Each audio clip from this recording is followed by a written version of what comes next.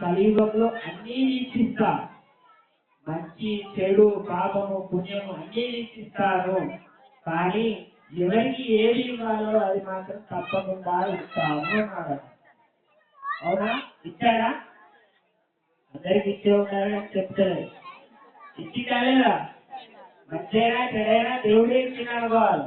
పక్కలు ఎవరు మనకు కష్టం వచ్చినా దేవుడే, సుఖం వచ్చినా దేవుడే. సుఖం వచ్చిందని చెప్పేసి దేవుడిని మొక్కకుండా ఉండద్దు, కష్టం వచ్చిందని చెప్పి దేవుడిని తిట్టకుండా ఉండదు.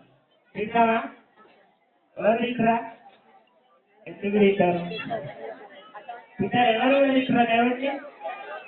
అయ్యో దేవుడికి ఏం పాపం చేసినా ఇంత కష్టం ఇస్తాడు మాకు అంటారా కదా? అట్లా అంటే మనం ఒక్కలమే లేదు కదా దేవుడికి. అవునా? మన కర్మానుసారంగా మనం ఎన్ని అనుభవించాల్సి ఉంటుందో అన్నీ ఖచ్చితంగా అనుభవించాలి. అనుభవించిన తర్వాతే కష్టము తర్వాత సుఖము, సుఖము తర్వాత దుఃఖము అన్నీ కలుగుతాయి.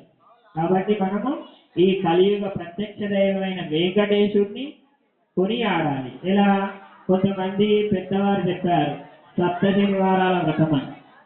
ఎవరికైనా తెలుసా?